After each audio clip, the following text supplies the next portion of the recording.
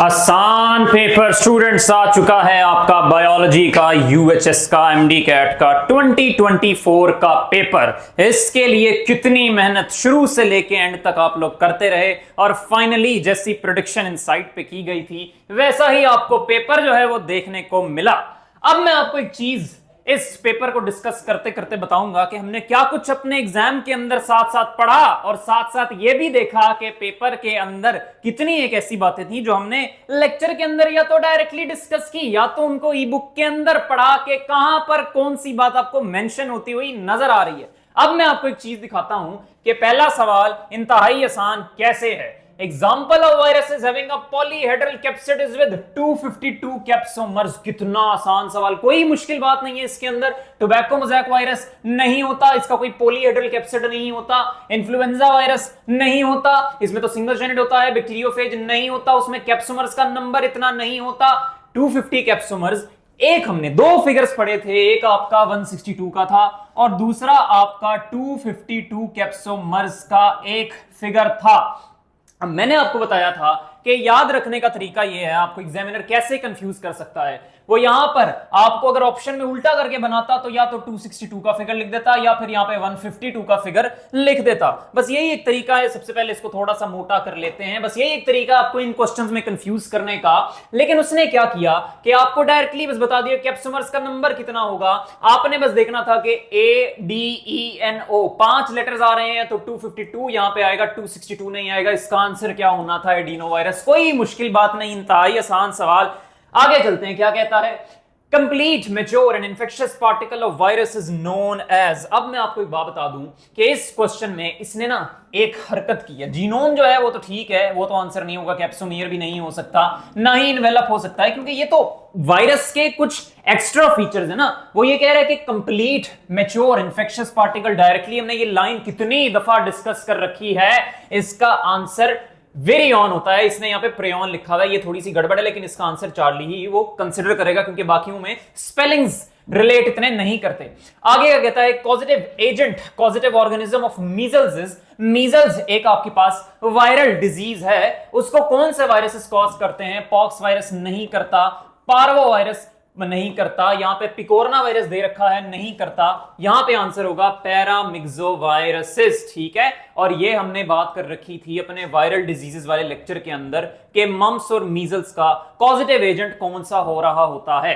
तो बिल्कुल ये सवाल भी आपके सिलेबस में से था, ठीक है। आगे देखते हैं। In the life cycle of bacteriophage lysozymes are required in which of the following steps of infection process. एक मैं बात बता दूं कि लाइसोजाइम के हवाले से दो बातें हमने पढ़ी थी कि एक तो टेल से निकलता है, रिलीज होता है और बैक्टीरिया की सेल वॉल को पेनिट्रेट कर जाता है। जब बैक्टीरियोफेज की लैंडिंग कंप्लीट हो जाती है तो अब यहां पर आंसर क्या लगाएंगे? बैक्टीरियोफेज की लाइफ साइकिल में लाइसोजाइम्स रिक्वायर होते हैं स्टेप्स ऑफ इन्फेक्शन प्रोसेस में पेनिट्रेशन के अंदर, ताकि बैक्टीरियोफेज का जीनोम अंदर घुस सके बैक्टीरिया के, उसके अंदर अपना लिटिक साइकिल, लाइसोजेनिक साइकिल का प्रोसेस उसको इनिशिएट कर सके, ठीक है। तो इसका आंसर क्या होगा? पेनिट्रेशन। जीनोम इंजेक्शन बाद में होती है, रेप्लिकेशन से कोई कंसर्न नहीं, एड्सॉर्प्शन से तो टेल फाइबर्स का लेना देना होता है, ठीक है। टेल फाइबर्स का लेना देना होता है, ठीक है। आगे देखते हैं। Dash is transmitted through infected blood and hypodermic syringes. क्या कह रहा है? इंफेक्टेड ब्लड से, हाइपोडर्मिक सिरिंजेस से, मतलब सिरिंजेस जो कि पहले इस्तेमाल हो चुकी हैं, ब्लड जो इफेक्टेड होगा, और ओरल फीकल रूट से कौन सी चीजें इफेक्ट हो रही होंगी? हम ये कहते हैं कि डिजीज होगा HIV। और इसके अलावा टॉवल से, सलाइवा से, डिफरेंट चीजों से भी ये ट्रांसमिट हो सकता है। तभी हम ये कहते हैं कि हाइपोडर्मिक सिरिंजेस को नहीं इस्तेमाल करना चाहिए। इस्तेमाल शुदा टीकों को जब आप ब्लड के लिए सैंपल निकालते हैं तो एक डिफरेंट सिरिंज लेते हैं ना, ताकि पिन किया जा सके और फिर ब्लड का सैंपल इकट्ठा किया जा सके, ब्लड क्लॉटिंग को स्टडी किया जा सके। तो मॉर्बिला वायरस नहीं, वेब्रियो कॉलेरा नहीं, ठीक है। और इन्फ्लुएंजा। पेपर में एक्चुअल उसने क्या चीज कर रखी है? सारी चीजें आसान देकर जानबूझ के बस ऑप्शंस को मुश्किल डाल रखा है, जबकि जो सवाल का जवाब पूछा हुआ है वो इंतहाई आपके लिए आसान होगा। तो ऑप्शंस इस पेपर के अंदर डिफिकल्ट थे, लेकिन जो आपसे सवाल का जवाब पूछा हुआ था वो इंतहाई आसान था। तो इसका आंसर क्या होगा? HIV। आगे मूव करते हैं। क्या कह रहा है? In Calvin cycle CO2 reacts with ribulose bisphosphate to produce हमने केल्विन साइकिल का लेक्चर पढ़ा था, कुछ ने यहां पर 3pGA को ऑप्ट किया होगा, अगले सवाल अगले ऑप्शंस पढ़े ही नहीं होंगे, जबकि हमने पढ़ा था कि 3pGA 2 बनने से पहले एक इंटरमीडिएट अनस्टेबल प्रोडक्ट बनता है, 6 कार्बन अनस्टेबल इंटरमीडिएट। तो इसका आंसर क्या होगा? चार्ली। G3P बाद में बनता है, 1,3 बिसफॉस्फोग्लिसराइड भी बाद में बनता है, तो आंसर क्या होगा? चार्ली। आगे मूव करते हैं नेक्स्ट सवाल की तरफ। Which option is correct about a chlorophyll molecule? देखें सवाल में ना एक चीज थोड़ी सी आपने देखनी है कि यहां पे उसने आपसे क्लोरोफिल ए का पूछ रखा है। क्या मैंने कहा? क्लोरोफिल ए का पूछ रखा है। अब क्लोरोफिल ए के हवाले से क्या बात है इसकी, ये मुझे कैसे पता चला? क्योंकि उसने चार्ली डेल्टा के अंदर दोनों बातें सही कर रखी हैं। एक तो सेकंड पायरोल रिंग के अंदर, ये भी मैंने आपको पढ़ा रखा है, सेकंड पायरोल रिंग के ऊपर मिथाइल ग्रुप होता है, बिल्कुल होता है क्लोरोफिल ए के केस में। एल्डिहाइड ग्रुप होता है, बिल्कुल होता है क्लोरोफिल बी के केस में। केमिकल फॉर्मूला C55H70O6N4Mg होता है, लेकिन ये पूरे क्लोरोफिल के लिए, ए के लिए बात ठीक नहीं है। पोरफायरिन रिंग विद नाइट्रोजन नहीं होता, मैग्नीशियम होता है। तो आंसर इसमें हमने लगाना है कि मिथाइल ग्रुप होता है, जिसकी वजह से केमिकल फॉर्मूला C55H72O5N4Mg हो जाता है। ठीक है, तो क्लोरोफिल ए के केस में चार्ली वाली बात ठीक थी, थोड़ी सी एमसीक्यू में एक स्टेटमेंट में थोड़ी सी गड़बड़ थी। अब देखें, in the journey of electrons from photosystem 2 to photosystem 1, plastocyanin is reduced by. Plastocyanin को रिड्यूस कौन करता है? पाथवे अगर पता हो तो पीईपी से इलेक्ट्रॉन्स दफा होते हैं प्लास्टोक्विनोन के अंदर, फिर साइटोक्रोम कॉम्प्लेक्स के अंदर जाते हैं और फिर उसके बाद प्लास्टोसाइनिन के अंदर जाते हैं। प्लास्टोसाइनिन के बाद ये इलेक्ट्रॉन्स फाइनली जाते हैं अपने फोटोसिस्टम 1 के अंदर। तो हमने ये बताना है कि आंसर इसमें क्या होगा, जो फोटोसिस्टम 2 से फोटोसिस्टम 1 के प्लास्टोसाइनिन को रिड्यूस करेगा, उसमें आंसर होगा ये देखो भाई, साइटोक्रोम कॉम्प्लेक्स से इलेक्ट्रॉन्स जा रहे हैं प्लास्टोसाइनिन के अंदर, तो हमने ये कहना है कि प्लास्टोसाइनिन को रिड्यूस करेगा साइटोक्रोम कॉम्प्लेक्स। ठीक है, प्लास्टोक्विनोन नहीं, P700 भी नहीं, प्राइमरी इलेक्ट्रॉन एक्सेप्टर भी नहीं। ठीक है, तो बस ये एक रूट याद रखें कि प्लास्टोक्विनोन से जब इलेक्ट्रॉन जाते हैं कहीं पे तो वो रिड्यूस हो रहा होता है, और जिससे निकल रहे होते हैं वो खुद ऑक्सीडाइज हो रहा होता है। आगे मूव करते हैं कि enzyme NADP reductase is responsible for. NADP reductase, ऊपर ही पाथवे को जरा पढ़ लेते हैं। फोटोसिस्टम 1 के बाद इलेक्ट्रॉन जो हैं वो फेरेडॉक्सिन के पास जाते हैं, और फिर फेरेडॉक्सिन से इलेक्ट्रॉन्स NADP प्लस के पास चले जाते हैं, और ये रिएक्शन का स्टेप जो फैसिलिटेट करता है वो यही एंजाइम होता है NADP रिडक्टेज। नाम में देखें NADP रिडक्टेज, जो NADP को रिड्यूस करेगा। ठीक है, तो NADP प्लस कन्वर्ट हो जाएगा NADPH के अंदर। ठीक है, तो इसका आंसर क्या होगा? Reducing NADP plus. Oxidising ferredoxin होता तो ठीक होता, आंसर ये वाला गलत है। रिड्यूसिंग फेरेडॉक्सिन नहीं, ऑक्सीडाइजिंग होता है। रिड्यूसिंग इससे तो कोई कंसर्न नहीं, तो आंसर क्या होगा? अल्फा। 10 की तरफ चलें। The photosystem 2 during light reactions receive electrons from splitting. क्या कह रहा है? फोटोसिस्टम 2 से जब इलेक्ट्रॉन्स लाइट पड़ने की वजह से ऊपर प्राइमरी इलेक्ट्रॉन एक्सेप्टर के पास हाई एनर्जी पे चले जाते हैं, तो पीछे जो इलेक्ट्रॉन होल क्रिएट हो गया है उसको फिल करने के लिए क्या होगा? वाटर स्प्लिट करेगा, और वाटर स्प्लिट करके दो इलेक्ट्रॉन्स इलेक्ट्रॉन होल की फिलिंग के अंदर इस्तेमाल कर लेगा। तो हम कहते हैं कि वाटर की स्प्लिटिंग से फोटोसिस्टम 2 का इलेक्ट्रॉन होल फिल हो रहा होता है। आगे चलते हैं, इंतहाई आसान सवाल, कोई मुश्किल बात नहीं पूछी हुई। मोनोसैकेराइड्स का general formula represented by. Monosaccharides का जनरल फार्मूला कैसे रिप्रेजेंट होता है? CnH2ON के जरिए रिप्रेजेंट हो रहा होता है। ठीक है, कोई मुश्किल बात नहीं। वो वाली बात, इसमें अगर C2 लिखा हुआ है तो इसको 2 करना चाहिए था। CnH2ON एग्जैक्टली ये देखें ना, इसमें N को ऊपर लिख दिया, तो आंसर क्या होगा? Alpha. What is the percentage of H2O in bone cells? ये भी डायरेक्टली फ्रीक्वेंटली पूछा जाने वाला सवाल है। 99% ट्रांसपेरेंट जेलीफिश की बॉडी के अंदर होता है, 70% नहीं मेंशन करते, वो 20% होता है। और यहां पर अगर ब्रेन सेल्स की बात करता तो हम यहां पे एक और फिगर मेंशन करते हैं 80% का, वो यहां पर मेंशन करते। ठीक है, तो ये डिफरेंट परसेंटेजेस थी बोन सेल्स के अंदर या किसी भी ब्रेन सेल के अंदर वाटर की परसेंटेज की, वो हमने लेक्चर के अंदर बार बार डिस्कस की थी। आगे क्या कहता है? When glycerol reacts with fatty acid, which type of chemical bond will form. तो बड़ा आसान है, ग्लिसरॉल फैटी एसिड से रिएक्ट करता है, कंडेंस करता है, पानी का मॉलिक्यूल दफा करवाता है और आपके पास एस्टर बॉन्ड की फॉर्मेशन करवा देता है। ईथर लिंकेज नहीं बनती, हाइड्रोजन बॉन्ड ये किधर से आ गया, आयनिक बॉन्ड आंसर नहीं होगा। एस्टर लिंकेज होती है जो कंडेंस होने के बाद बन रही हो। आगे क्या कहता है, polysaccharides in plants are synthesized by the process of, देखें पॉलीसेकेराइड्स है एक बड़ा मैक्रोमोलिक्यूल बन रहा है माइक्रोमोलिक्यूल्स के नतीजे में। उसके लिए मैंने आपको दो प्रोसेसेस बताए थे, एक आपका हाइड्रोलिसिस का प्रोसेस और दूसरा कंडेंसेशन का प्रोसेस। छोटे से जब भी बड़े मॉलिक्यूल ने बनना है तो कंडेंसेशन होगी और बड़े मॉलिक्यूल ने टूटना है छोटे मॉलिक्यूल्स के अंदर तो हाइड्रोलाइसिस होगी। लाइसिस का मतलब ये होता है टूटना। तो इसमें हमने क्या जवाब देना है कि पॉलीसेकेराइड अगर सिंथेसिस करवा रहा है तो कंडेंसेशन ने होना है। आगे मूव करते हैं, which of the following processes involved in the breakdown of proteins into amino acids. बिल्कुल उल्टी करके बात पूछ ली। अभी मैंने बताया कि अगर मैक्रोमोलिक्यूल टूटेगा छोटे मॉलिक्यूल्स के अंदर तो हाइड्रोलिसिस होगा। अब ग्लाइकोलिसिस नहीं लगा सकते क्योंकि उल्टी बात कर दी। तो एक ही बात में से दो एमसीक्यूज निकाल लिए, कितनी मजे की बात है। The hydrophilic end of phospholipid molecule is polar because of the presence of. अब थोड़ा सा फॉस्फोलिपिड मॉलिक्यूल का स्ट्रक्चर पता होना चाहिए। एक तो यहां पे ग्लिसरॉल होता है जो इसकी बॉडी को फॉर्म कर रहा होता है, फिर आपको पता है ग्लिसरॉल ट्राई हाइड्रिक अल्कोहल होता है उसमें आपको नजर आता है कि पहले कार्बन के साथ एक फैटी एसिड, दूसरे के साथ भी और तीसरे के साथ एक फॉस्फेट ग्रुप होता है। इसी फॉस्फेट ग्रुप की मदद से आपके पास पूरा का पूरा जो स्ट्रक्चर होता है वो हाइड्रोफिलिक बन रहा होता है एक एंड से और हाइड्रोफोबिक बन रहा होता है जहां पर फैटी एसिड्स लगी होती हैं। ठीक है, फैटी एसिड्स आपको पता है हाइड्रोफोबिक होती हैं, पानी वगैरह को नहीं अलाउ करेंगे कि इसके अंदर से पास कर जाए, और जहां पे फॉस्फेट ग्रुप होगा उसने इस हाइड्रोफिलिक एंड को क्या बना देना है, सॉरी फॉस्फोलिपिड मॉलिक्यूल को हाइड्रोफिलिक बना देना है, यानी कि एम्फीपैथिक बन जाएगा। एम्फीपैथिक क्या होता है, एक एंड से हाइड्रोफिलिक एक एंड से hydrophobic, hydrophilic due to phosphate group, hydrophobic due to fatty acids. ये भी बात हमने कर रखी है, due to presence of delta phosphate group. आगे मूव करते हैं नेक्स्ट क्वेश्चन की तरफ।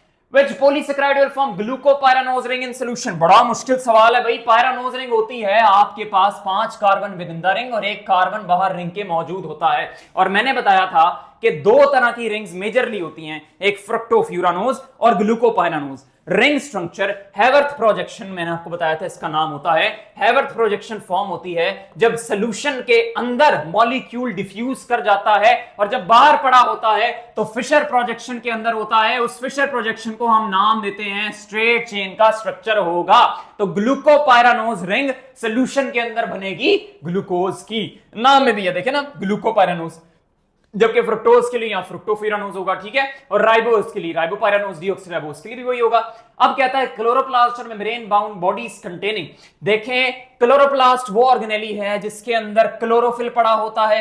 क्लोरोफिल के अलावा यहाँ पे पिगमेंट ए पड़ा होता है, यहाँ पे पिगमेंट बी पड़ा होता है, क्लोरोफिल ए बी बोलते हैं, और इसके अलावा यहाँ कैरोटिनोइड्स पड़े होते हैं। तो ये सारे के सारे पिगमेंट्स हम कहते हैं कि क्लोरोप्लास्ट के अंदर पाए जाते हैं। इसका आंसर क्या होगा, पिगमेंट्स। एंजाइम्स भी होते हैं लेकिन मेजरली वहां पे पिगमेंट्स होते हैं, तो हमने मेजर को फोकस करना है, माइनर की तरफ नहीं। एंजाइम्स अब आप कहिए कौन से एंजाइम्स होते हैं, रुबिस्को वगैरह जिन्होंने केल्विन साइकिल को कैटालाइज करना है, लेकिन मेजरली हमने यहाँ पे पिगमेंट को बताना है। सिस्टरने नहीं होता, यहाँ पे क्रिस्टे नहीं होता। क्रिस्टी तो माइटोकॉन्ड्रिया के साथ, सिस्टरनी गोल्जी बॉडीज और एंडोप्लाज्मिक रेटिकुलम के साथ रिलेट करती है। अब इस गंध को इरेज करते हैं। अब क्या कहता है बच्चों, the following is the function of Golgi complex. 2 ही मेजर फंक्शंस होते हैं गोल्जी कॉम्प्लेक्स के, एक आपके पास क्या करना, एक आपके पास प्रोसेसिंग करना जो इसके पास एक्सक्रीशंस आ रही हैं, और दूसरा इसका काम होता है मॉडिफिकेशन करना। मॉडिफिकेशन प्रोसेसिंग तो एक ही बात आ गई, दूसरा इसका काम होता है सिक्रीशन करना। अब देखें 2 ही आपसे पूछेगा, आप फेडरल की बुक को देख लें तो मेजर सिक्रीशन को कहता है, पंजाब वाली बुक को दे दें तो डेफिनेटली कहता है कि जो ग्लाइकोसाइलेशन का फंक्शन होता है वो इसका मेजर फंक्शन होता है। तो हमने कहना है तो following is the function of Golgi complex, not intracellular digestion, not at autophagy. तो लाइसोसोम के हैं, ऑटोलाइसिस भी लाइसोसोम का है। तो देखें कितना आसान है, उसने क्या किया, लाइसोसोम का फंक्शन, लाइसोसोम का फंक्शन, लाइसोसोम का फंक्शन, एक फंक्शन जो बचा वो किसका होगा, गोल्जी कॉम्प्लेक्स का। ठीक है, एक तो इस सवाल में आपको 2 बातें पहले ही पता थी, दूसरा इस एग्जामिनर ने आपके लिए आसानी कर दी जब उसने आपको 3 ऑप्शन ऐसे दे दिए जो लाइसोसोम्स के साथ रिलेट करते हैं। आगे क्या कहता है, nucleus takes dyes due to the presence of. देखें न्यूक्लियस या तो बेसिक डाई लेता है या तो एसिडिक डाई लेता है। अगर बेसिक डाई लेगा तो तो आपके पास उसके लिए कोई ऐसा मटेरियल होना चाहिए जो एसिडिक हो, और आपको पता है न्यूक्लियस के अंदर एसिडिक मटेरियल कौन सा होता है, वो न्यूक्लिक एसिड वाला होता है। न्यूक्लिक एसिड होता है तो ये न्यूक्लियस बेसिक डाई लेगा, एसिडिक नहीं लेगा। तो आंसर क्या होगा? क्रोमाटिन। जो ज्यादा है लिपिड नहीं, मेटालाइंस नहीं, थालाकोइड नहीं। आंसर जो न्यूक्लियस से सबसे ज्यादा रिलेट करता है वो क्रोमाटिन का है, और क्रोमाटिन मटेरियल पड़ा होता है जब आपके पास सेल डिवाइड नहीं कर रहा होता। ठीक है, तो आपने आंसर क्या लगाना है? क्रोमाटिन। आगे कहता है organelle is only found at seedling stage in the oil seed plants. देखें, oil seed plants seedling stage के ऊपर सिर्फ और सिर्फ एक ऑर्गेनेली जो प्लांट्स के अंदर पाई जाती है वो ग्लाइऑक्सिजोम्स की होती है। तो आंसर क्या होगा? बीटा। अल्फा नहीं, चार्ली बी नहीं, माइक्रोबॉडी ही होती है आपके पास ग्लाइऑक्सिजोम, लेकिन माइक्रोबॉडी में ये दोनों आ जाते हैं, इसलिए आंसर वो नहीं होगा। वैक्यूल्स भी नहीं होगा, तो आंसर क्या होगा? बीटा। आगे मूव करते हैं। Posterior lobe of pituitary produce, एक मसला सवाल में प्रोड्यूस लिख दिया, यहां सिक्रीट होना चाहिए था। ठीक है, प्रोड्यूस तो हाइपोथैलेमस करता है, पोस्टीरियर लोब तो सिर्फ सिक्रीट करता है। तो posterior lobe anti diuretic hormone को सिक्रीट करता है। बाकी जितने देखें, टीएसएच एंटीरियर लोब का है, एंट्रीनोकॉर्टिकोट्रोफिक एंटीरियर का, फॉलिकल स्टिमुलेटिंग एंटीरियर का।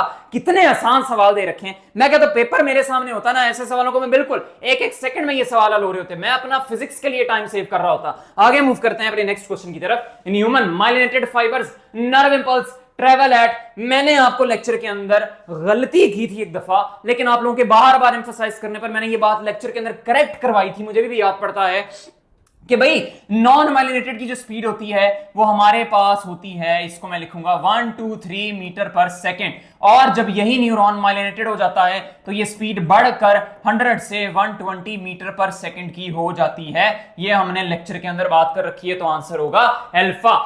निजल्स ग्रेन्यूल्स आर ग्रुप ऑफ, याद रखिएगा, Nissl's granules group of ribosomes होते हैं। डायरेक्ट बुक की लाइन, कोई सवाल का जवाब देने की जरूरत नहीं। During non conducting stage the neuron membrane is permeable to efflux of, देखें अंदर नेगेटिव सतह होती है, बाहर पॉजिटिव सतह होती है। अंदर एक नेगेटिव सतह होने की वजह एक ये होती है कि इफ्लक्स हो रहा होता है पोटेशियम आयंस का, जिसकी वजह से हम ये कहते हैं कि आपके पास नॉन कंडक्टिंग स्टेज में neurolemma is virtually impermeable to all ions except the K positive. ठीक है, तो आंसर क्या होगा? अल्फा। आगे देखते हैं, which of the following neurotransmitters is lying outside the central nervous system. क्या मुश्किल चीज है, इसके अंदर हर साल रिपीट होने वाला सवाल है। एसिटाइल कोलिन इसका आंसर है, डोपामीन नहीं, गैमा अमाइनोब्यूटारिक एसिड नहीं, एंडोर्फिन भी नहीं। तो आंसर बड़ा ही आसान था। Depolarization during conduction of nerve impulses due to, depolarization क्यों होती है वो ये पूछना चाह रहा है। डीपोलराइजेशन होती है जब आपके पास इनवर्ड मूवमेंट होती है एन पॉजिटिव की, जब आपके पास voltage regulated N positive gates जो हैं वो ओपन हो जाते हैं, तो आपके पास डीपोलराइजेशन हो जाती है। तो इनवर्ड मूवमेंट होती है एन पॉजिटिव आयंस की। ठीक है, तो आंसर क्या होगा? Inward movement of N positive, inward movement of K positive नहीं, outward movement of K positive नहीं है, तो रीपोलराइजेशन के रिस्पॉन्सिबल है आउटवर्ड मूवमेंट ऑफ, ये तो बिल्कुल भी आंसर नहीं होगा, ये तो सोडियम पोटेशियम पंप करवाता है। आगे चलते हैं, which of the following is not a feature of autonomic nervous system. पहले पता हो, ऑटोनोमिक नर्वस सिस्टम ऑटोमेटिसिटी के लिए रिस्पॉन्सिबल है, और ऐसी ऑटोमेटिसिटी जो बॉडी के अंदर एग्जिस्ट करती इन ऑर्गन्स की वजह से, जो या तो स्मूथ मसल्स के इन्फ्लुएंस के अंदर है या फिर कार्डियक मसल्स के इन्फ्लुएंस के अंदर है। तो नॉट अ फीचर, तो जो फीचर हैं उनको एलिमिनेट कर दें, जो नहीं है वो answer regulate response of visual organs, तो ये तो है, एलिमिनेट हो गया। रेगुलेट रिस्पांस ऑफ ग्लैंड्स बिल्कुल है, एलिमिनेट हो गया। Regulate response of smooth muscle बिल्कुल है, एलिमिनेट हो गया। Regulate response of skeletal muscle, ये आंसर नहीं होगा, इसमें सोमैटिक सिस्टम का इंफ्लुएंस होता है। ठीक है, तो सोमैटिक चूंकि वॉलंटरी मसल्स को कंट्रोल करता है, स्केलेटल मसल से ऑटोनोमिक का कोई ताल्लुक नहीं है। आंसर क्या होगा? बीटा। आगे मूव करते हैं, test receptors is an example of, बड़ा आसान, मकैनो नहीं होता, इक्विलिब्रियम थोड़ी है, नोसी पेन होते हैं, फोटो लाइट आंखों वाले होते हैं, और कीमो जो है वो आंसर होगा। ठीक है, टेस्ट करना, इसके अलावा परसीव करना, तो हम ये कहते हैं कि ये सारे के सारे कीमो रिसेप्टर्स हैं, केमिकल की बदौलत से हो रहे हैं। Which of the following belongs to chordates? Chordates होते हैं जिनमें आपके पास वर्टिब्रेट मौजूद, वर्टिब्रल कॉलम। स्पाइडर को अगर देखें तो ये तो आर्थ्रोपोड एलिमिनेट हो गया, आर्थ्रोमेनिलिडा एलिमिनेट हो गया। Starfish is also an insect, ये आपका एमडी का 2022 का सवाल है, देखें उसी से रिलेट करके दिया हुआ है। स्टारफिश भी आर्थ्रोपोड होगी, तो बचा क्या? Trout fish. एलिमिनेशन मेथड से हमने आंसर लगा लिया। आगे मूव करते हैं, which of the following statement is incorrect regarding, incorrect पूछ रहा है, तो जो जो करेक्ट होगा हमने उसको एलिमिनेट कर देना है। Incorrect regarding rate of enzymatic reaction, increase in enzyme concentration increases the rate, बिल्कुल, जब तक सैचुरेशन पॉइंट अचीव नहीं होगा। ठीक है, बिल्कुल। All enzymes work at their maximum rate at optimum temperature, बिल्कुल ठीक है। All enzymes work at their maximum rate at optimum pH, बिल्कुल ठीक है। तो आंसर क्या होगा? Delta. Increase in enzyme concentration reduces the rate. ऐसा नहीं होता, ऐसा कभी भी नहीं होता। इवन कि अगर सैचुरेशन पॉइंट भी अचीव हो जाए तो एंजाइम का रेट एक जगह पर आकर स्टॉप जरूर हो जाता है, लेकिन रिड्यूस नहीं होता, इंक्रीज चलता रहता है। आगे मूव करते हैं सवाल की तरफ। Induced fit model of enzyme activity suggests that an enzyme cannot modify its active site. क्या कहता है? Cannot modify its active site? नहीं, ये तो आपके पास फिशर मॉडल कहता है, तो आंसर ये एलिमिनेट हो गया। लॉक एंड की वाला can bind to a single state, ये भी लॉक एंड की मॉडल कहता है। कैन कैटलाइज रिलेटेड रिएक्शंस, बिल्कुल ये इंड्यूस्ड फिट मॉडल कहता है, रिलेटेड रिएक्शन से बिल्कुल ताल्लुक होता है। Usually belongs to non regulatory, नहीं ये भी आपके पास लॉक एंड की कहता है। रेगुलेटरी यहां होता तो हम इसको सही कर रहे होते, तो ये भी एलिमिनेट हो गया। तो करेक्ट बात क्या थी? सिर्फ और सिर्फ चार्ली। डेल्टा भी एलिमिनेट हो जाएगा। Chromosomal abnormality in Turner syndrome is represented by, ये देखें, ये वाला जो सवाल है ना, इसको हम कह सकते हैं कि ये आपका क्या है? आउट ऑफ सिलेबस है। क्यों? क्योंकि हमने क्रोमोसोम्स वाला चैप्टर नहीं पढ़ा। लेकिन आप लोग लकी हैं जो इंसाइटियंस हैं, मैंने उनको पढ़ा रखा है। टर्नर सिंड्रोम और क्लाइनफेल्टर सिंड्रोम का एक टेबल मैंने सेक्स रिलेटेड ट्रेट्स का दिया था, उसमें मैंने ड्रोसोफिला के लिए, उसमें मैंने ह्यूमन के लिए बताया था कि कैसे एक्स का रेशो जो होता है वो बताता है कि टर्नर सिंड्रोम ड्रोसोफिला के अंदर कैसे होगा और ह्यूमंस के अंदर बगैर उस रेशो के आपने कैसे पता चलाना है। इसके लिए सिर्फ इस कॉम्बिनेशन को अपने याद रखना था, टर्नर सिंड्रोम। लेकिन हम इस सवाल को आउट ऑफ सिलेबस लेकर चलेंगे। और ये जो XXY है ये आपका Klinefelter syndrome. The change in frequency of alleles at a locus that occurs by chance, direct book की लाइन, कोई मुश्किल बात नहीं। लोकस बाय चांस ये जो होता है जेनेटिक ड्रिफ्ट होता है, ये एक वजह होती है वेरिएशंस के आने की, ठीक है। और नॉन रैंडम मीटिंग नहीं, म्यूटेशन की डेफिनेशन ये नहीं होती। ऑल्दो म्यूटेशन एक अल्टीमेट सोर्स होता है चेंजेस का। क्या मैंने कहा? ये आपके पास अल्टीमेट सोर्स होता है हर किस्म की चेंजेस का, लेकिन ये डेफिनेशन के साथ नहीं बैठता, ठीक है।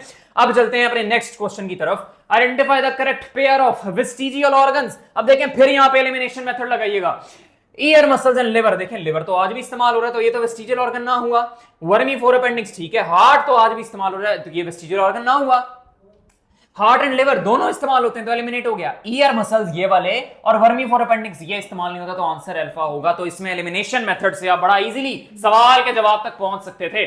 Which of the following increases variation within a gene pool? Gene pool के अंदर वेरिएशन के बढ़ने की क्या क्या वजह होती हैं? याद रखिएगा, वेरिएशन के बढ़ने की जो मेन वजह, अल्टीमेट सोर्स होता है, वो हमने यहां पर जीन म्यूटेशन को ऑप्ट करना है। क्रोमोसोम इन्वर्जन बिल्कुल होती है, लेकिन क्रॉसिंग ओवर भी होती है, बिल्कुल होती है। रैंडम फ्यूजन ऑफ मिक्स बिल्कुल होती है। लेकिन हमने क्यों यहां पे जीन म्यूटेशन को ऑप्ट किया? क्योंकि अल्टीमेट सोर्स जो होता है वो यही होता है, ठीक है। अल्टीमेट सोर्स वही होता है। ये एक ऐसा सवाल है जिसमें एग्जामिनर ने ये टेस्ट किया है कि क्या आप सारे सवालों के जवाब अगर सही लग रहे हैं तो उसमें क्या आप अच्छे से ऑप्ट कर सकते हैं जो आपको अल्टीमेट सोर्स बुक की लाइन के अंदर मेंशन करके दिया हुआ है, ठीक है। तो एक ये चीज भी आपकी इस एग्जाम के अंदर टेस्ट हो गई। आगे मूव करते हैं। क्या कह रहा है? which of the following statements about natural selection is not true? देखें, नॉट ट्रू का बताना है, तो जो जो सच बातें होंगी उनको एलिमिनेट कर देना है। क्या कहता है? It affects variations that are heritable. देखें, जो हेरिटेबल है उससे इसका कोई कंसर्न नहीं। अब देखें, इसके साथ अगर इसका मैं कंसर्न देखूं, वेरिएशंस को अफेक्ट करेगा, बिल्कुल ठीक है।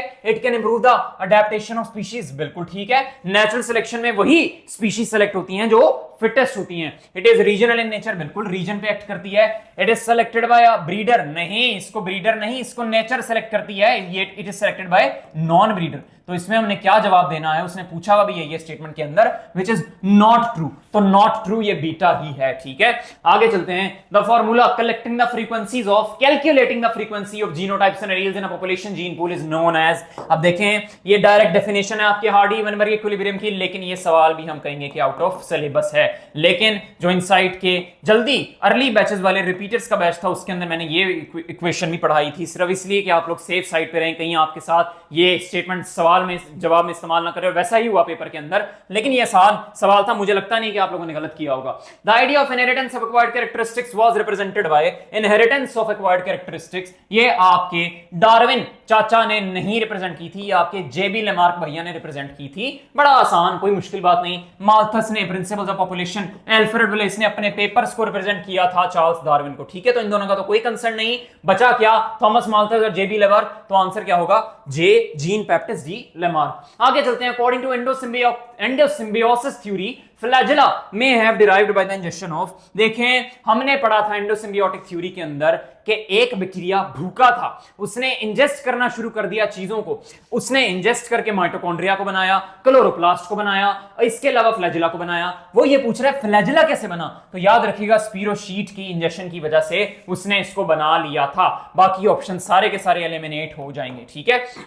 इंसुलिन कन्वर्ट्स ग्लूकागॉन इनटू, देखिए इंसुलिन का काम होता है कि उसने ग्लूकोज की कंसंट्रेशन को, मात्रा को कम करना है बॉडी के अंदर। अब उसको कम करेगा तो उसे या तो ग्लाइकोजेनेसिस करना पड़ेगा, यानी कि ग्लाइकोजन को बनवाना पड़ेगा ग्लूकोज को खत्म करके, या फिर सेल की यूटिलाइजेशन को बढ़ाना पड़ेगा ग्लूकोज के लिए, या फिर उसे लाइपोजेनेसिस करनी पड़ेगी। लाइपोजेनेसिस का मतलब कि उसे ग्लूकोज को या तो फैट्स के अंदर कन्वर्ट करना पड़ेगा या फिर लिपिड्स के अंदर कन्वर्ट करना पड़ेगा। तो आपने इसका आंसर लगाना था कि विटामिन के अंदर नहीं, मिनरल्स के अंदर नहीं, बिल्कुल लाइपोजेनेसिस के अंदर करेगा तभी तो ग्लूकोज की कंसंट्रेशन कम हो रही होगी, और कॉर्टिसोन आंसर नहीं होगा। तो आंसर क्या होगा, चार्ली। आगे चलते हैं, about 70% of the carbon dioxide is carried in blood as bicarbonate, बिल्कुल ये आपकी बुक की लाइन है, कोई इसमें मुश्किल बात नहीं, यूएचएस का पेपर है, पंजाब की बुक की लाइन है।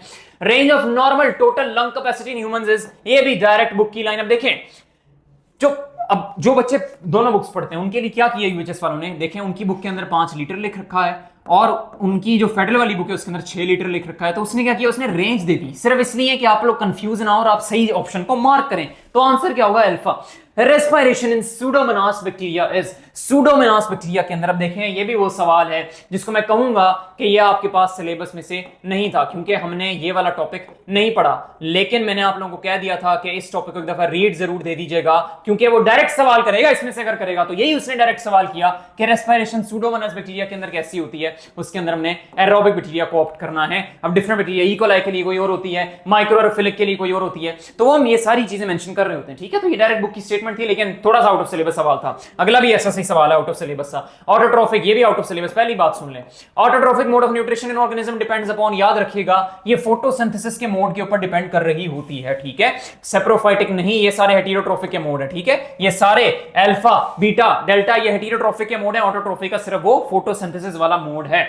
आगे क्या कहता है, प्रोकैरियोटिक सेल्स, ये रिपीट होने वाला सवाल है, रिपीट हुआ है एमडी के 2022 का भी, 2023 का भी, अब 2024 में भी आ गया। प्रोकैरियोटिक सेल के अंदर मीसोसोम नहीं लैक करते, राइबोसोम भी होते हैं, 70s वाले मीसोसोम। आपके पास माइटोकॉन्ड्रिया के ऑर्गेनेल्स होते हैं, स्टोरेज बॉडीज। तो हमने बैक्टीरिया के सेल के स्ट्रक्चर के अंदर मैंने आपको अपने यूट्यूब चैनल के ऊपर एक लेक्चर डिलीवर किया था एमडी कैट से बिल्कुल एक रात पहले, बल्कि नहीं 1.5 दिन पहले, एक 3 घंटे की बायोलॉजी की वीडियो, उसमें मैंने आपको स्टोरेज बॉडीज के बारे में बड़ा फ्रीक्वेंट होकर बताया था। और मेम्ब्रेन बाउंड ऑर्गेनेल्स तो इसके अंदर नहीं होती। वो यही पूछ रहा है कि लैक क्या करता है।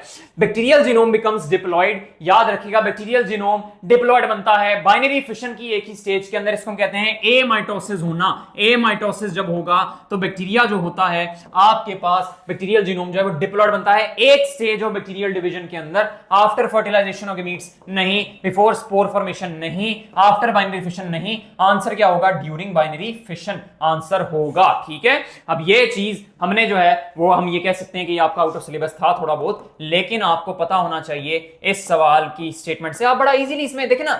मैंने अगर ये चीज ना पढ़ी तो मैं एमडी कैट एस्पायरेंट होता, मैं क्या करता, मुझे पता होता कि भाई आफ्टर बाइनरी फिशन तो नहीं ना, उसमें तो 2 डॉटर सेल्स बन गई, तो उनके अंदर तो हैप्लॉइड क्रोमोसोम पड़ा हुआ है, लेकिन बाइनरी फिशन के अंदर डेफिनेटली कोई एक स्टेज ऐसी होती है, हमने एफएससी के अंदर पढ़ी थी, जो आपके पास बैक्टीरियल जीनोम को डिप्लॉयड बना रही होती है। आगे चलते हैं, one of the following is correct regarding flagella. Flagella के बारे में क्या करेक्ट है, it is made up of microfilaments नहीं, माइक्रोट्यूब्यूल से बनती है, कंटेन सेंट्रियोल नहीं, वो अलग ऑर्गेनेली है, ओरिजिनेट फ्रॉम बेसल बॉडी बिल्कुल ठीक है, दे आर इम्मेटॉइल नहीं, यही तो आपको कीमोटेक्सिस की मूवमेंट दे रही होती है। आगे चलते हैं नेक्स्ट क्वेश्चन की तरफ, which of the following is correct about endospore. Endospore के बारे में सच क्या है, याद रखिएगा आपके पास कंटेन्स मॉइस्चर फॉर सर्वाइवल नहीं, has a short dormant period, short नहीं होता, डोरमेंट पीरियड होता जरूर है, मेटाबॉलिकली डोरमेंट होती है, एक्टिव नहीं होती, मेटाबॉलिकली एक्टिवली, क्या इंग्लिश इस्तेमाल की है, मेटाबॉलिकली एक्टिवली, मेटाबॉलिकली एक्टिव होना चाहिए था, व्हाट आ इंग्लिश, इधर लिखते हैं what a English, UHS what a English, ठीक है, याद रखिएगा इस चीज को। इंड्योर्स एक्सट्रीम कंडीशंस, बिल्कुल पीएच के खिलाफ, टेम्परेचर के खिलाफ और पता नहीं किन किन चीजों के खिलाफ ये आपके पास एक्सट्रीम कंडीशंस में अपने आप को सरवाइव करवा रहा होता है। अब कहता है bacteria divided exponential rate during which growth phase. देखें इस पेपर से ना एक चीज समझ में आ रही है मुझे कि बैक्टीरिया के चैप्टर पे उसने मेजर फोकस किया और उन चीजों के ऊपर जो डायरेक्टली सिलेबस के अंदर नहीं थी। अब देखिए बैक्टीरिया सेल स्ट्रक्चर हो गया, टाइप्स ऑफ बैक्टीरिया हो गया जिसमें मैंने आपको पढ़ाया था, और इसके अलावा कंट्रोल इंपॉर्टेंस ऑफ बैक्टीरिया, उसके अंदर से सवाल नहीं। लेकिन अब ये देखिए, इसको मैं आउट ऑफ सिलेबस ही कहूंगा, क्यों? क्योंकि डायरेक्टली सिलेबस मेंशन नहीं है। और याद रखिएगा कि इसका आंसर क्या होगा, मैंने आपको कहा था कि इस टॉपिक को पढ़ जरूर लीजिएगा, क्योंकि हो सकता है वो यहां से सवाल निकाले, क्योंकि डायरेक्ट इंफॉर्मेशन है। अब देखिए, एक्सपोनेंशियल रेट का मतलब होता है रैपिड रेट, और रैपिड रेट दिखता है आपको लॉग फेज के अंदर। लैग के अंदर तो आपके पास कोई फेज ही नहीं था, स्टेशनरी के अंदर इक्वल हो जाते हैं डेथ और डिक्लाइन फेज, और डिक्लाइन जो होता है उसमें अंदर तो मर ही रहे होते हैं बैक्टीरिया। आगे चलते हैं नेक्स्ट क्वेश्चन की तरफ। इंतहाई आसान सवाल आपके सामने आने वाला है, इतना मुश्किल सवाल कि हमने इसको कभी पढ़ा ही नहीं। Mesosomes are the invaginations of bacterial cell structure. ओए होए, कहीं पढ़ा ही नहीं इस सवाल को। मेसोसोम्स किसकी इन्वेजिनेशंस होती हैं? याद रखिएगा, सेल मेम्ब्रेन की। और किसकी एनालॉगस होती हैं? माइटोकॉन्ड्रिया एंड यूकैरियोटिक सेल की आपके पास क्या होती हैं? एनालॉगस होती हैं। तो इतना मुश्किल सवाल आपके पेपर के अंदर आया है। एक रील मैंने, मुझे याद पड़ता है, अपने इंस्टाग्राम पेज के ऊपर डाली थी, और मैंने कहा था कि आपके पेपर के अंदर बिल्कुल भी मुश्किल सवाल नहीं आते होते, और यहां पे आपको नजर आ रहा है कि कोई मुश्किल सवाल आपके पेपर के अंदर नहीं आया। मैंने कहा था कि मैं बायो की डिस्कशन अपलोड करके आपको बताऊंगा, और एग्जैक्टली आपको सिमिलर चीजें यहां पर नजर भी आ रही हैं। तो प्रेडिक्शंस थोड़ी बहुत सही साबित भी हो रही। Female reproductive system consist of all of the following except, exception तलाश करनी है। याद रखिएगा, ओवरीज तो होती हैं, ओविडक्ट भी होती है, सर्विक्स भी होती है, सेमिनिफेरस ट्यूब्यूल्स, ये तो मेल रिप्रोडक्टिव सिस्टम का पार्ट होती हैं। आगे चलते हैं। Which of the following hormone is responsible for the labour pains in human female at the time of birth of baby? देखें, लेबर पेन्स होते हैं जब ऑक्सीटोसिन के सर्जेस आते हैं, तो हम ये कहते हैं लेबर पेन्स के लिए रिस्पांसिबल होगा ऑक्सीटोसिन। कॉर्टिकोस्टेरॉइड नहीं होगा, एस्ट्रोजन भी नहीं होगा, प्रोजेस्टेरॉन भी नहीं होगा। ये तो वेस्कुलराइज और मेंटेन करवा रहे होते हैं आपके एंडोमेट्रियम को। अब क्या कहता है? Fluid secreted by Sertoli's cells provide liquid medium protection and nourishment to. बड़ा एग्जैक्टली बुक की स्टेटमेंट स्पर्म्स को प्रोवाइड करता है ताकि वो मूव करें throughout the reproductive female reproductive system. ठीक है, उनको मूव करने के लिए, एक पाथवे देने के लिए आपका फ्लूइड जो सर्टोलाइज सेल्स सिक्रीट करते हैं वो लिक्विड मीडियम प्रोटेक्शन नरिशमेंट देता है इन स्पर्म्स को, ताकि वो मूव करे through out the female reproductive tract. क्योंकि बहुत सारे मर भी जाते हैं, और उनको मरने से रोकने के लिए रोकता है ये फ्लूइड जो आपका कौन प्रोवाइड करता है? सर्टोलाइज सेल्स। ठीक है, आगे चलते हैं। Corpus luteum during female reproductive cycle produces, corpus luteum बनाता है भाई प्रोजेस्टेरॉन को। ठीक है, जब तक प्रेगनेंसी स्टैब्लिश नहीं हो जाती, और जैसे ही प्रेगनेंसी स्टैब्लिश होती है तो प्लासेंटा ये वाला काम करता है। ल्यूटिनाइजिंग हार्मोन नहीं, ल्यूटिनाइजिंग हार्मोन तो करवाता है ये वाला काम, टेस्टोस्टेरोन, सॉरी, कॉर्पस लूटियम को बनवाता है, टेस्टोस्टेरोन नहीं होगा। फॉलिकल स्टिमुलेटिंग हार्मोन भी आंसर नहीं होगा, ये तो एस्ट्रोजन को बनाता है। ठीक है, गिराफिन फॉलिकल के ऊपर एक्ट करके। आगे मूव करते हैं नेक्स्ट क्वेश्चन की तरफ। Due to the process of follicle atresia, follicle atresia होता है फॉलिकल की डीजनरेशन होना। फॉलिकल रीचेस मैक्सिमम साइज नहीं होता, गिराफियन फॉलिकल ओव्यूलेट्स नहीं होता, फॉलिकल स्टार्ट टू मैच्योर नहीं होता। आगे चलते हैं नेक्स्ट क्वेश्चन की तरफ। Main function of the epididymis is to, याद रखिएगा, या तो ये मैच्योर करता है या तो ट्रांसपोर्ट करता है। हमने इसके फंक्शन बड़े डिटेल में पढ़े, टाइम वेस्ट नहीं करेंगे। ट्रांसपोर्ट करवाता है स्पर्म को, कनेक्ट्स विद यूथीरा नहीं, प्रोड्यूस सीमेन नहीं, behold the process of spermatogenesis. एक 7 अप की मैंने आपको बताया था, 7 अप से याद रखिएगा। 7 में S for seminiferous tubules, E for epididymis, V for vas deferens, E for ejaculatory duct, N for nothing, U for urethra, P for penis, और पेनिस कौन सी वाली? Glands penis. ठीक है, तो ये पाथवे ऑफ स्पर्म्स था, उसी के अंदर से सवाल आ गया। इसका आंसर बड़ा ही आसान था। आगे देखते हैं। Immediate next stage of spermatogonia differentiation is, immediate step of spermatogonia से क्या बनता है? याद रखिएगा, डिफरेंशिएशन के प्रोसेस के बाद प्राइमरी स्पर्मेटोगोनिया, फिर सेकेंडरी स्पर्मेटोगोनिया, फिर आपके पास स्पर्मेटिड्स, और फिर स्पर्म्स बन रहे होते हैं। तो सेकेंडरी स्पर्मेटोसाइट नहीं, स्पर्मेटिड नहीं, स्पर्म्स नहीं। इंतहाई आसान सवाल। आगे चलते हैं। Which of the following is included in paired cranial bones? मैंने आपको बताया था कि करेनियल बोन्स के अंदर जो पेयर्ड होते हैं उसके अंदर हमने पेयर्ड के लिए पीटी पढ़ना है, पैराइटल टेम्पोरल, और एस पढ़ना है फॉर सोफी, जिसमें हमें पता चल जाएगा कि अनपेयर्ड बोन्स कौन सी होती हैं। वैसे ये आउट ऑफ सिलेबस है, ठीक है, लेकिन हम फिर भी इस सवाल का जवाब देंगे क्योंकि हमने ये पढ़ा है डिवीजन ऑफ ह्यूमन स्केलेटन। मैंने यूट्यूब पर भी इसको इवन अपलोड करवाया था इनसाइड के चैनल के ऊपर, लेकिन आप लोगों ने अगर उसको पढ़ा है तो आप जवाब देंगे। S for sphenoid, O for occipital, F for frontal, E for ethmoid, ये सारी की सारी अनपेयर्ड है, और क्रेनियल की पीटी निमोनिक से पैराइटल और टेम्पोरल जो है वो पेयर्ड होती हैं। तो टेम्पोरल हमारे यहां पे गिवन है, ऑक्सीपिटल नहीं होगा, फ्रंटल नहीं होगा, वी फॉर वूमर भी नहीं होगा। और एक जो आपके पास दूसरा पेयर था, जो आपके पास पेयर और अनपेयर्ड का था, उसमें मैंने आपको बताया था कि PMLN Imran Khan Zardari, P for parietal दूसरी वाली बोन्स, और जो दूसरा अनपेड के अंदर मैंने वीना मालिक की निमोनिक बताई थी, वो सारा का सारा मैंने आपको अच्छे से बताया था, आपने उस लेक्चर को सुन लेना है। विच of the following skeletal disorder is an example of auto immune disorder? देखें, रह्यूमाटॉइड आर्थराइटिस होता है, ये मैंने आपको बार बार बात बता रखी है। ऑटो इम्यून डिसऑर्डर में रह्यूमाटॉइड आर्थराइटिस आता है। शाटिका कोई ऑटो इम्यून डिसऑर्डर नहीं होता, ऑल्दो स्केलेटल डिसऑर्डर होता है। स्पॉन्डाइलोसिस भी स्केलेटल डिसऑर्डर लेकिन ऑटो इम्यून नहीं होता। रिकेट्स भी आंसर नहीं होगा, ऑल्दो स्केलेटल डिसऑर्डर होता है। Which feature is possessed by smooth muscles? Smooth muscle में कौन सा फीचर होता है? क्या वो वॉलंटरी होते हैं? नहीं, वॉलंटरी नहीं होते। क्या वो ब्रांच्ड होते हैं? नहीं। कार्डियक होते हैं ब्रांच? क्या वो स्ट्राइएटेड होते हैं? नहीं।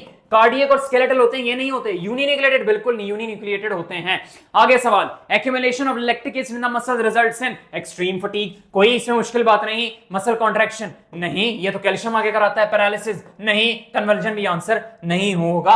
आगे चलते हैं। Thick filament and skeletal muscles are composed of? Thick filament skeletal muscles के अंदर कंपोज्ड होते हैं वाया द मेजरली मायोसिन, जबकि जो थिन फिलामेंट्स होते हैं वो एक्टिन से, ट्रोपोमायोसिन से और ट्रोपोनिन से बनते हैं। बहुत ही आसान सवाल। Sarcomere is part of myofibril between? Sarcomere part होता है मायोफिब्रिल का बिटवीन 2 जी लाइंस, ठीक है, बिटवीन 2 एम लाइंस नहीं, 2 आई बैंड्स नहीं, 2 ए बैंड्स भी नहीं। हम बार बार पढ़ते हैं कि 2 जी लाइंस के दरमियान का पोर्शन सार्कोमियर होगा, which is the functional unit of entire muscle. Medulla oblongata is a part of, याद रखिएगा, मेड्यूला ऑब्लोंगेटा पार्ट होता है आपके हाइंड ब्रेन का, फोर ब्रेन का नहीं होता। फोर ब्रेन के अंदर तो थैलेमस, हाइपोथैलेमस, सेरिबरम आता है, जबकि मेड्यूला ऑब्लोंगेटा हाइंड ब्रेन के अंदर आता है। मिड ब्रेन भी आंसर नहीं और हिप्पोकैम्पस भी नहीं। क्या सवाल है ये? है medulla oblongata is a part of? मुश्किल सवाल है? कोई मुश्किल सवाल नहीं है। आगे चलते हैं। Which of the following is not a portion of, not a bone of upper limb? Bone upper limb की कौन सी नहीं है? आंसर याद रखिएगा, ह्यूमरस ये पड़ी हुई अपर बोन की है, अल्ना ये पड़ी हुई, ये वाली रेडियस ये पड़ी हुई, तो आंसर क्या होगा? फीमर, वो ये वाली है, फीमर आंसर नहीं होगा, वो लोअर लिम की बोन होती है। आगे चलते हैं। बोन फॉर्मिंग सेल्स आर, एक होते हैं बोन रिजॉर्प्शन सेल्स, ऑस्टियोक्लास्ट होते हैं, एक बोन के अपने सेल्स ऑस्टियोसाइट, एक ऑस्टियोन चीज होती है वो हेवर्सियन कैनाल के बीच में पड़ी होती है, ऑस्टियोब्लास्ट जो होते हैं वो बोन फॉर्मिंग सेल्स होते हैं। Chromosome was first observed bye, फिर डीएनए क्रोमोसोम से सवाल दे दिया है, उसकी डायरेक्ट लाइन है। क्रोमोसोम को फर्स्ट ऑब्जर्व हमारे वाल्डर चाचा ने किया था। इसका आंसर मेंडल नहीं है, इसका आंसर टीएच मॉर्गन नहीं, इसका आंसर ग्रिफिथ नहीं है। आगे हमारी शुरू होती है केमिस्ट्री की डिस्कशन, वो मेरा काम नहीं है। बायोलॉजी के लिए मैंने आपको बता दिया कि कोई मुश्किल बात नहीं थी, सिर्फ मुझे जो एक चीज यहाँ पे नजर आई है वो एक ही चीज नजर आई है जो थोड़ी सी ट्रिगरिंग थी, वो ये कि बैक्टीरिया के चैप्टर से उसने थोड़ी सी वो वाली बातें पूछी हुई थी जो डायरेक्टली सिलेबस का पार्ट नहीं थी। इसका मतलब है अगले साल के लिए बैक्टीरिया को एमडी कैट 2025 के लिए पूरा का पूरा पढ़ना पड़ेगा। और यही मेरी आपको एक सलाह मशवरा एमडी के 2024 के अंदर भी रहा था कि आपने बैक्टीरिया के चैप्टर को पूरा पढ़ लेना है, यूएचएस वाले बच्चे स्पेशली, क्योंकि उनकी बुक्स के अंदर डायरेक्ट इंफॉर्मेशन है। तो ये बायो के पोर्शन की डिस्कशन खत्म होती है, कोई मुश्किल बात नहीं थी। मुझे उम्मीद है कि मेरे पास एक लिस्ट आएगी जिसके अंदर 190, 190, 190, 190 से ऊपर बेतहाशा बच्चे होंगे, और मुझे बहुत खुशी होगी ये देखकर कि इस साल में की गई एफर्ट्स वो सारी की सारी रंग लाई हैं और सब बच्चों ने अच्छा स्कोर किया है। लाज रखी है उस चीज की जो उन पे टाइम लगाया गया। मेरी तरफ से आप लोगों को वेरी बेस्ट ऑफ लक, पढ़ाई करते रहें।